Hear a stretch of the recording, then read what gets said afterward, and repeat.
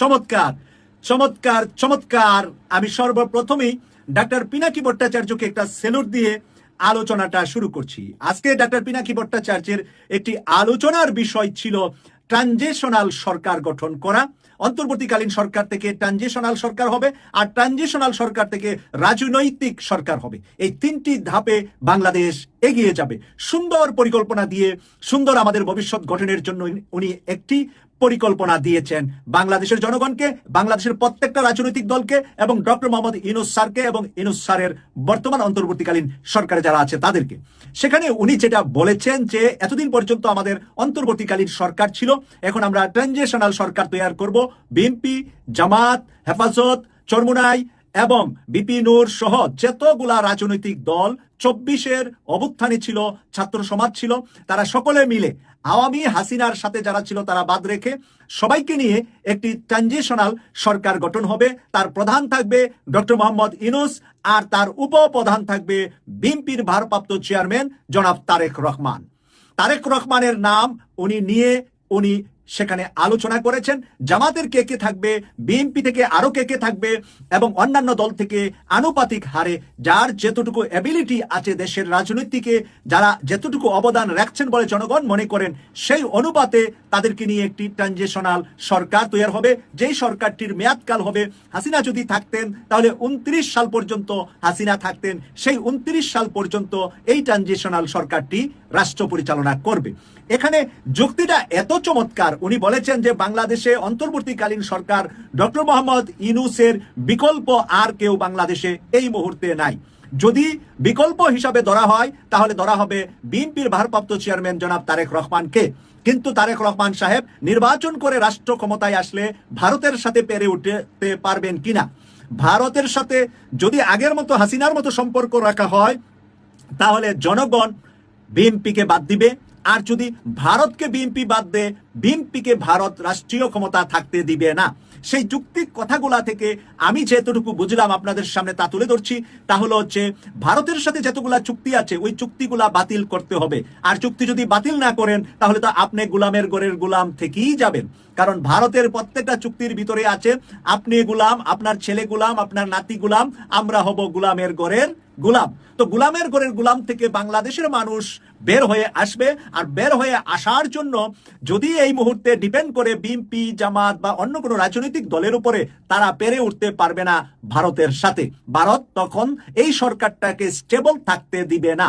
সেই কারণে ডক্টর মোহাম্মদ ইউনূস যদি সামনে থাকে, উনাকে যদি অন্তর্বর্তীকালীন সরকার থেকে ট্রানজিশনাল সরকারের প্রধান উপদেষ্টা করা হয়, আর এটার ডেপুটি উপদেষ্টা মানে সেকেন্ড ইন কমান্ডার যদি তারেক রহমানকে করা হয়, এরপরে বিএনপি, জামাত সহ অন্যান্য দলের প্রতিনিধিরা মানে 24-এর আন্দোলনের কে সমর্থনকারী, 24-এর আন্দোলনে যারা একসাথে মাঠে কাজ করছিলেন, সবাই মিলে যদি একটা সরকার হয়, একটা সরকারে 50 জনও হতে পারে, 60 জনেরও একটা পরিষদ হতে পারে।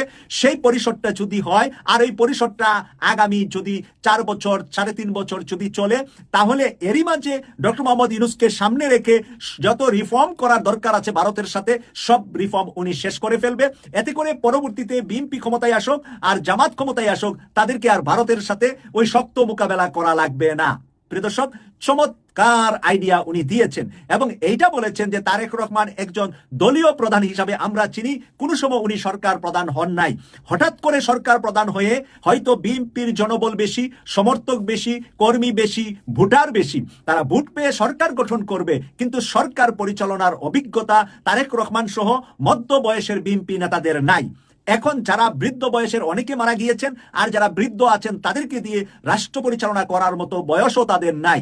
তাহলে তারেক রহমানের বয়স বা তারেক রহমানের চাইতে কম বয়সের যারা বিএনপি আছে, তারুণ্য যাদের ভিতরে আছে, তাদেরকে নিয়ে যদি তারেক রহমান রাষ্ট্র ভালো চালাতে হলে তারেক রহমান সাহেবকে তো রাষ্ট্র চালানো শিখতে হবে। শেখার জন্য শিক্ষক হিসাবে ডক্টর মোহাম্মদ ইউনূসকে সামনে রাখলে উনি যদি আমাদের সেকেন্ড ইন কমান্ডার, ডেপুটি মানে উপদেষ্টা থাকেন, সেকেন্ড থাকেন, তাহলে ডক্টর মোহাম্মদ ইউনূসের আন্তর্জাতিক সম্পর্কগুলা উনি আস্তে আস্তে শিখে ফেলবেন এবং ডক্টর মোহাম্মদের ইউনূসের খাতিরে উনি আন্তর্জাতিক অঙ্গনে পরিচিতি অর্জন করতে পারবেন। ডক্টর মোহাম্মদ ইউনূসের কারণে উনি আন্তর্জাতিক লবিংগুলা কিভাবে করতে হয় তা উনার শিখা হয়ে যাবে এই সময়টার ভিতরে। প্রিয় দর্শক, আমি মনে করি পিনাকি ভট্টাচার্যকে আমি শুরুতে শুধু শুধু সেলুট দেই নাই, উনার যোগ্যতাকে আমি সেলুট দিলাম। পাশাপাশি বিএনপির তারেক রহমানের ভবিষ্যতের জন্য উনি যে পরামর্শ দিয়েছে, আমি যদি তারেক রহমান হতাম তাহলে পিনাকিকে ফোন দিয়ে ধন্যবাদ জানাতাম। আমি তো তারেক রহমান নয়, তাই আমি পিনাকিকে ফোন দিয়ে ধন্যবাদ জানানোর প্রয়োজনতা নাই। কিন্তু তারেক রহমান সাহেবকে যে পরামর্শ আজকে দিয়েছে, বিএনপিকে যা দিয়েছে, এটা চমৎকার চমৎকার। আমরা প্রিয় দর্শক, আমরা সবাই জানি এখন যদি ট্রানজিশনাল সরকার হয়, তাহলে যদি 60 জন হয়, তাহলে 20 জনই দেখা যাবে বিএনপির লোকজন উপদেষ্টা হিসাবে দায়িত্ব পাবে। হয়তোবা 10 জন 15 জন জামাত পাবে, 2 জন 4 জন 5 জন করে প্রত্যেকটা দল থেকে নিয়ে যখন করা হবে, তখন প্রত্যেকটা দলই ইনভলভ হয়ে যাবে এই সরকারটার সাথে। আলেম উলামা হেফাজত যে যেই জায়গার যোগ্য তাকে সেই জায়গার জন্যই নেওয়া যাবে। যোগ্যতা না থাকলে দল থাকলেও হবে না, বা তার কোনো রাজনৈতিক পরিচয় আছে কিন্তু বাংলাদেশের অন্তর্বর্তীকালীন সরকার থেকে ট্রানজিশনাল সরকারের পরিচালনার জন্য যোগ্য যারা, তাদেরকে অ্যাড করার কথা এখানে পিনাকি বলেছেন। এবং ডাক্তার পিনাকি ভট্টাচার্য এই কথাটাও বলেছেন যে তারেক রহমান এখনো আন্তর্জাতিক অঙ্গনে কোনো ভালো সাপোর্ট উনি পাচ্ছেন না। তারেক রহমান সাহেবকে নিয়ে আওয়ামী লীগের সময় যে বেশি খারাপ প্রপাগান্ডাগুলা করা হয়েছিল, সেই প্রপাগান্ডা থেকে এখনো তারেক রহমান সকলের কাছে ক্লিয়ার না যে উনি একজন সৎ, বা উনি একজন মানে দেশের মঙ্গল হবে, দেশের মানুষ শান্তিতে থাকবে। সেই জিনিসটা, কনফিডেন্সটা আন্তর্জাতিক অঙ্গনে তারেক রহমানের উপরে নাই। না থাকার কারণেই কিন্তু তারেক রহমান হাসিনা পালিয়ে যাওয়ার 8 মাস পরেও এখনো উনি লন্ডনে আছেন, এখনো বাংলাদেশে যাচ্ছেন না। এই কথাটাও এখানে কিন্তু প্রাসঙ্গিক সত্য হিসাবেই আমরা ধরে নিচ্ছি। কারণ যদি হাসিনা পালিয়ে যাওয়ার পরদিন তারেক রহমান সাহেব দেশে চলে যেতেন, উনাকে বাংলাদেশের কোনো কারাগারে রাখা যেত বলে আমি মনে করি না। কারণ উনার যেত লক্ষ কোটি নেতাকর্মী, তারা জেলখানার একটা থুতু দিলে জেলখানা একটা সাগর হয়ে যাবে। তাই উনাকে কোনো জেলে কোনো সরকারি রাখতেন না। তারপরেও কেন তারেক রহমান সাহেব বাংলাদেশে গেলেন না? আজকে 8 মাস যাবত সময় অতিবাহিত হচ্ছে।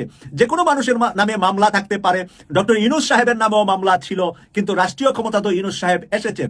তাই আমি আজকে আপনাদেরকে এই কথাটাই বলবো যে ডক্টর মোহাম্মদ ইউনূসের নেতৃত্বে ট্রানজিশনাল সরকারটায় যদি বিএনপি একমত হয় এবং জামাত একমত হয়, অন্যান্য দল একমত হয়, সব দল মিলে যদি একটি সরকার আগামী 3 বছরের জন্য তৈরি হয়, এই সরকারটির ভিতরে তারা সরকারে থেকে যার যার দল থেকে যার যার দলের নেতৃত্বে নির্বাচনে যাবে, নির্বাচন হবে, এর পরবর্তীতে যারা বেশি আসন পাবে তারা সরকার গঠন করবে, রাষ্ট্র পরিচালনা করবে। আমরা মনে করি যে আওয়ামী লীগের বিচার এবং জাতীয় পার্টির বিচার এবং বাংলাদেশে যত টাকা পয়সা লুটপাট হয়েছে সেগুলা ফেরত আনার জন্য সবচাইতে উত্তম পলিসি হবে এটাই, যে আমরা যেই সরকারটা চেয়েছিলাম 5 তারিখের পরে, যেটা পাই নাই, 8 মাস আমাদের বিলম্ব হয়ে গেছে। এই বিলম্বের পরেও যদি এই সরকারটার ভিতরে যদি ডাক্তার পিনাকি ভট্টাচার্যের মতন লোক, সাংবাদিক ইলিয়াস হোসেন ভাইয়ের মতন লোক, এই ধরনের মানুষ যদি, সাহসী মানুষগুলাকেও যদি ঢুকিয়ে দেওয়া হয়, তাহলে আমাদেরকে ভারত মানে আমাদের দিকে তাকাতেই 2 গ্লাস পানি খাবে। তারা চিন্তা করবে যে সব ভাগ একসাথে হয়েছে, বাংলাদেশের টাইগারের দিকে আর তাকানো যাবে না। প্রদর্শক কেটিভি 24 কে সাবস্ক্রাইব করে এবং আমাদের চ্যানেলটিকে আপনারা আরো এগিয়ে নেওয়ার জন্য সহযোগিতা করবেন, এই প্রত্যাশা রেখে বিদায় নিলাম। আমি সৈয়দ মাসুক, লন্ডন থেকে। আল্লাহ হাফেজ।